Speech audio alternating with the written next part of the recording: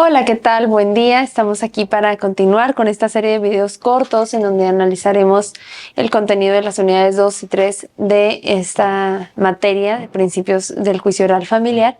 En este sentido, ya hemos abordado lo que corresponde a la unidad 2 y ahora nos toca abordar la unidad 3. Lo que la unidad 3 prevé es abordar los principios constitucionales. Ya vimos en la unidad 1 pues un análisis exhaustivo de lo que son los artículos que más se materializan, vaya, en el día a día de la justicia familiar. Vimos el artículo primero, el artículo cuarto, el artículo 17, 14, 16, 29 y 133. Entonces analizamos cuestiones de derechos humanos, garantías judiciales, estado de excepción, debido proceso, de mecanismos alternativos de solución de controversias, etc. En esta tercera unidad analizaremos los principios constitucionales del juicio oral familiar y reflexionaremos un poco sobre pues este juicio oral familiar no solo como un mecanismo procedimental, sino como una herramienta que se desarrolla a lo largo del procedimiento y que es un reflejo, vaya, de la sociedad, de los valores democráticos, del respeto a los derechos humanos y todas aquellas intenciones, vaya, que el legislador pues plasma en la ley, que a su vez se materializa a través del procedimiento oral familiar. En este caso, las bases constitucionales del juicio oral familiar son fundamentales para garantizar la justicia y la protección de los derechos humanos de las personas más vulnerables. Ya veíamos en la clase pasada acerca de las categorías sospechosas, las interseccionalidades que en la mayoría de los casos están presentes, y entonces esta serie de lentes especiales que la persona juzgadora debe ponerse al analizar cada caso en concreto, ¿no? En este sentido, remitiéndonos un poquito a lo que es esta tercera unidad, vamos a analizar las cuestiones que ya vimos como desde la óptica de lo que es el principio como tal, sin tratar de ir a la técnica, vaya. Primero que nada, analizaremos el derecho de la debida defensa. Ya analizábamos que este derecho se contempla en la Convención sobre los Derechos Humanos en el artículo 8 de las garantías judiciales. Y precisamente se basa o se materializa en este establecimiento de que toda persona tiene el derecho a ser oída y a contar con una asistencia técnica y efectiva. En este sentido, pues la asistencia técnica y efectiva se materializa necesariamente a través de una persona que tenga los conocimientos técnicos y especializados de la materia, como en este caso lo somos las personas licenciadas en Derecho. Este principio es especialmente relevante en el contexto familiar. ¿Por qué? Porque las decisiones que se toman pueden afectar profundamente la vida de personas menores de edad, de niños, niñas, personas en condición de violencia y personas en condición de vulnerabilidad que, como lo veíamos en la clase pasada, muchas veces se van acumulando. Entonces, a veces no basta con ser mujer. A veces eres una mujer que sufre violencia y a veces eres una mujer pobre que sufre violencia y a veces eres una mujer pobre que sufre violencia y tiene discapacidad. O pobre que sufre violencia, tiene discapacidad y aparte no tienes una preparación académica. Por situar algunas interseccionalidades que afectan muchas veces la vida de las personas de tal forma que la sitúa en una vulnerabilidad ante el proceso judicial. Precisamente esta es el espíritu del legislador al prever la debida defensa, ¿no? Procurar que estos desequilibrios materiales se equilibren a través de garantías como lo es el contar con una defensa técnica y efectiva. En el juicio oral se garantiza que todas las partes tengan la oportunidad de presentar sus argumentos de una manera clara y transparente, lo que contribuye necesariamente a una resolución más justa y equitativa, precisamente por la transparencia, porque al percatarse del cómo, cuándo y dónde te están juzgando, que te pregunta el juez, qué impresiones va dando, qué decretos va realizando, bueno, pues te vas dando una idea de que a lo mejor las cosas no solo son como tú las ves, sino que la visión de la contraria también puede cobrar un poco de sentido, y esto genera juicios más justos en cuanto también a la percepción de la justicia que tenemos, ¿no? O que se nos da. Asimismo, tenemos el principio de publicidad de los juicios orales. La Constitución promueve que los juicios sean públicos, lo que no solo refuerza la confianza de la sociedad en el sistema judicial, sino que también asegura que las decisiones sean tomadas con un escrutinio público, que las personas se involucren. Veíamos en el video pasado la excepción en materia familiar, pero también yo creo que todos hemos visto en medios de comunicación cómo a menudo hay casos de materia penal, sobre todo, que se vuelven virales. Y entonces, ¿cómo creen ustedes que esta percepción de la sociedad pues permee al juez al tomar sus decisiones, ¿no? Es un tema interesante. Les reitero, las decisiones en materia familiar pues afectan temas sensibles que pueden también permear a toda la comunidad. Entonces son cuestiones que deben de tratarse con pincitas, y aunque el artículo 17 nos invite a que sea público, bueno, yo creo que sí hay que ponerle ahí sus candaditos. Luego tenemos la celeridad como parte del debido proceso consagrado en la Constitución y en los tratados internacionales, en el sentido de que la justicia debe impartirse en los plazos y términos que fijan las leyes. Ya lo veíamos. La justicia debe ser pronta, completa e imparcial. Recordábamos que la prontitud es que las autoridades se sujeten a los términos que establece en los códigos y que las partes cumplan con los plazos que el código les da, ¿no? Recordamos también cómo la completitud se relaciona íntimamente con el derecho de prueba, y cómo si tú llegas a un juicio y haces valer una serie de probanzas, tienes el derecho a que tu resolución sea completa y valore todo lo que aportaste. En ese sentido, lo que se busca, pues se sabe que es un juicio sin dilaciones, sin violaciones al debido proceso, y especialmente en los casos familiares donde los conflictos requieren una solución pronta para dar verdadera salvaguarda al interés superior de los menores involucrados. Un proceso ágil que no solo protege los derechos de las partes, sino que también promueve un sistema judicial más eficiente y accesible. En este sentido, también visualicemos como parte de estos principios constitucionales que permean al juicio oral familiar la igualdad procesal, la igualdad entre las partes y ante la ley. El artículo primero comienza diciendo que todas las personas son iguales ante la ley, de forma tal que un juicio oral no sería la excepción. Todas las partes deben ser tratadas con equidad, sin discriminación alguna, y este principio, pues, en esencia, asegura que el hombre y la mujer, así como las personas con cualquier tipo de determinación o identidad sexual, pues tengan el mismo derecho de acceso a la justicia en condiciones igualitarias. ¿Qué pasa? Aquí cobra muchísima relevancia el tema de la perspectiva de género, que me interesa que analicemos en una clase que sea en vivo, porque es demasiado importante que lo comprendamos. La perspectiva de género es precisamente esta balanza, en donde si tú aprecias que las cuestiones están así, bueno, tienes que hacer lo necesario para que esto se equilibre, que las partes tengan la misma condición, que estén en igualdad de oportunidades de acceso a la justicia y en general de otras oportunidades que ya veremos cómo la materia familiar va otorgando, ¿no?, dentro de un mismo procedimiento. Es crucial que para la toma de decisiones se asegure que se realicen con base en el interés superior del menor, no de prejuicios, no de estigmas sociales, y no a través de estos sesgos que a menudo tenemos como personas, tanto como autoridades como los litigantes, ¿no? Y todas estas cuestiones están previstas en nuestra Constitución, como lo abordamos en la clase pasada. La Constitución y los tratados internacionales que han sido ratificados por el Estado mexicano toman preponderantemente en cuenta temas de interés superior de la niñez, y lo podemos encontrar muy desarrollado en las observaciones generales del Comité de los Derechos del Niño, de forma tal que las autoridades tienen una gama muy amplia de una serie de consideraciones que deben de tomar en cuenta, para que de manera primordial estas consideraciones permeen a las decisiones que se toman en un juicio familiar.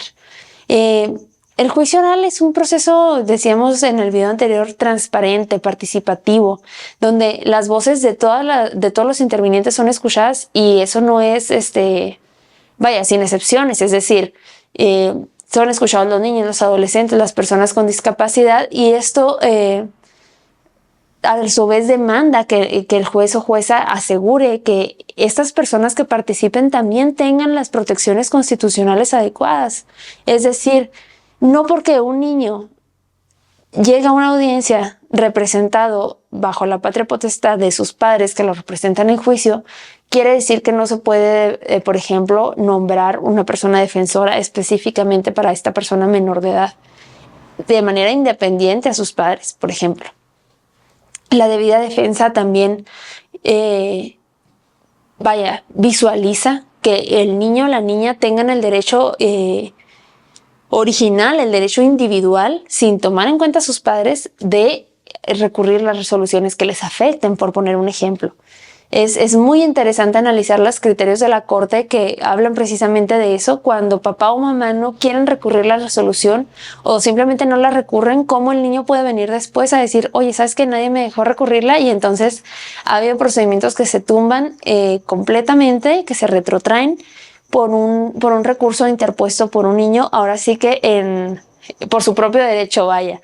Aunque esto choque un poco con temas de capacidad de ejercicio, la Corte ya nos ha desarrollado esta debida defensa, cómo permea a todos los intervinientes y a todos los afectados por un procedimiento judicial, más allá de los formalismos procesales. Y es precisamente hablando de formalismos procesales lo que veíamos con el artículo 17 constitucional, ¿no? Cómo se debe privilegiar el fondo y la solución del fondo por encima de estos formalismos. Entonces, fíjense ustedes cómo todos los derechos humanos se van interrelacionando de forma tal que nos dan las bases como si fueran eslabones de una cadena, para que en su conjunto entendamos cuál es la dinámica de un juicio y cómo no debe de entenderse ningún principio como aislado, sino que todos van de manera concatenada. No puede haber debida defensa si no hay interés superior, no puede haber debido proceso si no hay debida defensa. Es decir, son parte de un todo. En conclusión, el juicio oral familiar no solo es un avance en el sistema judicial, sino que es una manifestación de los principios constitucionales en su máxima expresión. Es decir, le garantiza a los ciudadanos una justicia cercana, equitativa, eficaz, que aborda las situaciones desde las más sencillas hasta las más complejas que puede llegar a enfrentar pues una familia, tratándose de juicios familiares naturalmente, pero todos los estratos de la sociedad. Es decir, busca fortalecer a través de las bases constitucionales en su versión materializada, que en cada juicio oral de verdad llegue la verdad, valga la redundancia, o se materialice, o sea, llegue al tribunal de los elementos que le den una visión real de lo acontecido y que el tribunal pueda decidir, buscando siempre ir más allá, indagar más allá, buscando solucionar el fondo y no solo quedarse en el escrito que está como por encima, ¿no? En este sentido, no debemos perder de vista que la justicia implica y demanda que todas las autoridades en el ámbito de sus competencias tomen las decisiones sin distinción de raza, de género, de categoría sospechosa, sin discriminación alguna, vaya. Recordemos nuestro pódium imaginario de artículos constitucionales que les decía yo, y recordemos el contenido del artículo primero. El artículo primero nos sienta las bases de la igualdad procesal, pero de una manera ilustre. Es decir, nos garantiza muchos aspectos muy importantes del juicio oral familiar, tan solo con las prohibiciones de discriminación que hace. A pesar de los avances que hemos realizado en estos temas, pues es evidente que aún nos enfrentamos a desafíos muy significativos que debemos de abordar pues con mucha determinación, porque debemos garantizar que cada persona encuentre un espacio para ser escuchada, para que todas las voces encuentren un oído, y que la justicia, más allá de ser formal y rigurosa, vaya destruyendo las barreras con las que se encuentran las personas, ¿no? Porque al final del día es lo que el espíritu constitucional busca, que los juicios sean cada vez más rápidos, mejores y para todas las personas. Y que a nadie obviamente se le impida que se ejerzan los derechos. En esta línea de pensamiento hay que tener claro que también existen falta de recursos legales, existe desconfianza, existe mucha falta de recurso económico, obviamente. Es muy fácil hablar de juicios orales familiares en la capital de un estado, que se diga en el centro del país donde la infraestructura está muy desarrollada, pero si nos vamos a las comunidades alejadas nos daremos cuenta que todavía hay muchísimos prejuicios, que hay situaciones de desequilibrios por razón de género, estereotipos que perpetúan esta desigualdad y cómo el reto es aún mayor para las autoridades en el ámbito de sus competencias. Entonces debemos de visualizar estos estereotipos y barreras como un objetivo a destruir para que la justicia de verdad permee a todas y todos por igual, como lo prevé nuestra Carta Magna. Debemos fomentar que el sistema judicial sea cada vez más accesible, más transparente, que los procedimientos se alejen cada vez más del latín y que se acerquen cada vez más al lenguaje ciudadano, es decir, que sean comprensibles para los individuos, que se hagan versiones adaptadas en casos concretos y también en aquellos casos en donde, aún sin tratarse de un niño, niña adolescente o una persona con una clara discapacidad, el juzgador es humano y se da cuenta cuando una persona está entendiendo o cuando no está entendiendo. Y es como este tema de ser sensibles ante los justiciables y darnos cuenta que realmente la justicia es de la gente, no del tribunal. Entonces debemos procurar que cada individuo pueda defender sus derechos sin miedo a que sea juzgado porque no le entendieron o que sea discriminado porque no habló en un lenguaje jurídico. Y esta dinámica, esta nueva tendencia constitucional derecho humanista del derecho de familia, pues no solo implica que se quede en la ley, no solo implica reformas circunstanciales, claro está, sino también una transformación cultural, empezando por los abogados y las personas que tenemos una relación directa con el sistema de justicia. Implica que reconozcamos la diversidad, las experiencias, las diversas realidades, que quitemos los sesgos que tenemos, claro que sí, porque todas las personas que participamos en un proceso judicial tenemos sesgos que vienen desde nuestra casa, desde nuestras infancias, y es como trabajar cada vez más en quitarnos estas barreras. ¿Para qué? Para poder ser cada vez mejores actores del sistema judicial y para que las realidades de las personas que llegan a un procedimiento de verdad se transformen, porque de nada ganan las personas con llevarse una sentencia muy bonita, a lo mejor con mucho fundamento constitucional, si la verdad de las cosas es que el fondo no se les resuelve. Entonces tenemos que tener en claro que estos lentes nos demandan buscar, reparar lo que se ha roto, buscar compensar lo que está desequilibrado, buscar revincular, establecer nuevas relaciones familiares cada vez más sanas y no se busca sancionar. Les decía yo al principio de la clase pasada, en derecho de familia nadie gana, nadie pierde. Es más bien transformar de la manera más sana posible, y qué mejor que hacerlo a través de un sistema transparente, inmediato, pronto, expedito, que solucione el conflicto lo antes posible en lugar de dejar que el conflicto se transforme a través de 10, 15 años de un juicio, ¿no? Esta visión nos permite visualizar un sistema más humano, más compasivo, en donde el objeto, les reitero, no es ganar, sino es reconstruir, reconciliar relaciones familiares y todos tenemos que hacer nuestra tarea, desde nuestras trincheras, tomar muy en cuenta estos nuevos parámetros constitucionales y empezar, con el día a día de que las personas visualicen e identifiquen cuáles son sus derechos, cuáles son sus deberes y poder empoderar a quienes están en una situación de desequilibrio para que así las resoluciones judiciales de verdad permeen y solucionen el conflicto como lo buscan los artículos 1 y 17 constitucional, ¿no?